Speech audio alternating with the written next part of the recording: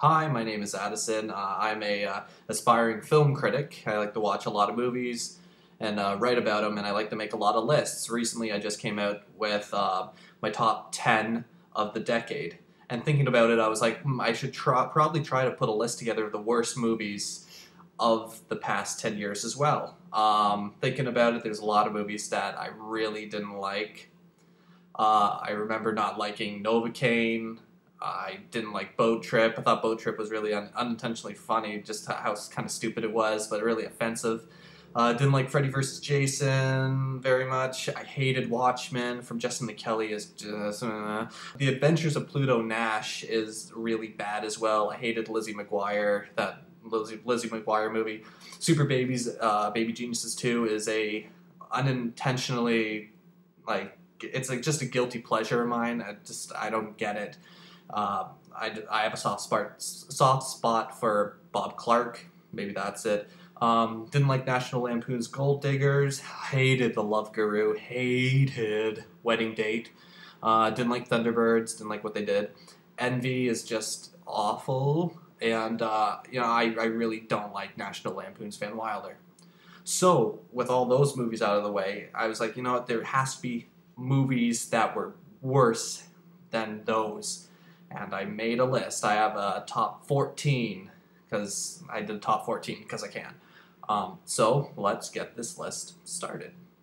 In my top 14 spot, did something a little differently, because there's been a couple movies that were so bad they've just bored me to sleep. I've been completely uninterested in them, or they've just been terrible. I've just turned them off and never wanted to deal with them ever again. These films are 2000's The Boondock Saints, 2004's The Chronicles of Riddick, 2002's Queen of the Damned, and 2001's Town and Country. Now, again, I've never actually finished these movies in one sitting all the way through, because I've either fallen asleep, been so bored that I've lost all interest, or been so bored that I've lost interest and fell asleep. From what I saw of Riddick, I found it incredibly dull, and when I finally finished it, it was still incredibly dull. Queen of the Damned was awful in all aspects that I actually thought of putting it lower on this list. However, didn't think it would be fair because it bored me to sleep. I really did not want to watch that movie again. Town and Country, extremely sluggish, unfunny, seemed like I days viewing it. You know what? When I watched it, it was late, I was tired, the movie was garbage, end of story. I really don't want to rewatch that movie and try to give it a second chance.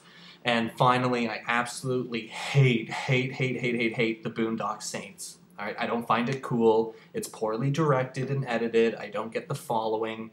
I've tried 2 or 3 times to get through it, and I'm just so uninvolved with the story and the characters. And when it comes to that point where Defoe just yells, "There was a firefight," I go, sorry, no deal. I've had it. Movie's off.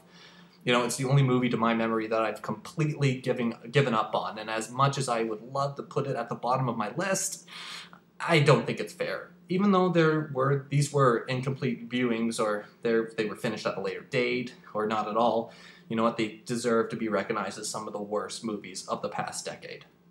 Now the real list gets started. At number 13, we have 2000's 2001: A Space Travesty. You know, it's just so lame and unfunny that it almost bounces back from being so awful into being really funny in a really pathetic sort of way. The movie came out in 2000, yet we have jokes that are really dated. They are so dated, I'm surprised the script wasn't layered in dust.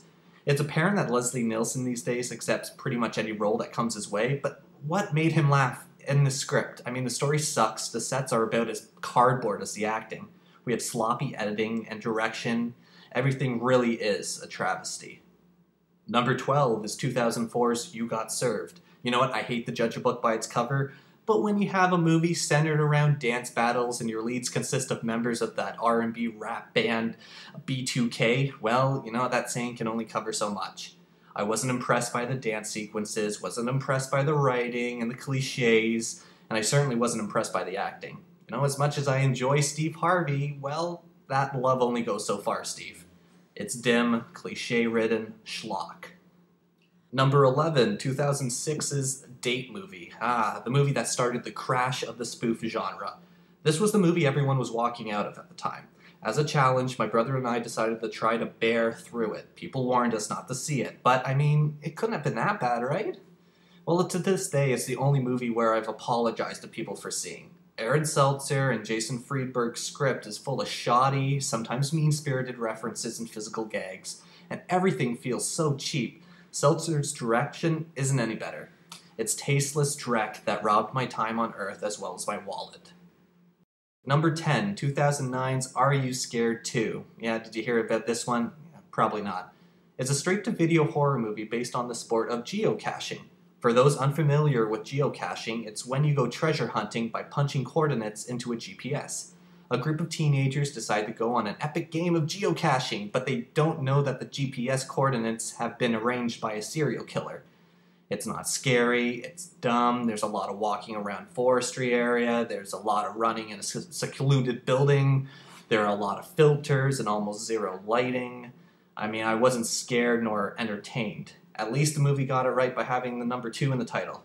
Because, I mean, that's all it is. And by this being the only horror movie on this list, it's by far the worst horror movie I've seen in the past 10 years. This is one of the biggest underground websites in the world.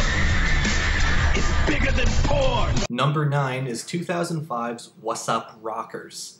I've always been a fan of Larry Clark's work. Kids is one of my favorite movies. Bully was one of my favorite movies of the past decade, but here, Clark takes a giant misstep by trying to capture that innocence and drama he successfully grasped in kids. Here we have a bunch of drab, mumbling kids that have nothing interesting to say, and when they're not mumbling, they're skateboarding, and really not very well. Half of this movie feels like skate video outtakes of lame bales that were even too mundane to include in a video for YouTube. Since these kids aren't trained actors, when there are trained actors acting with these kids in the scene, well, those actors come off as really over the top and really, really theatrical. I hated this so much.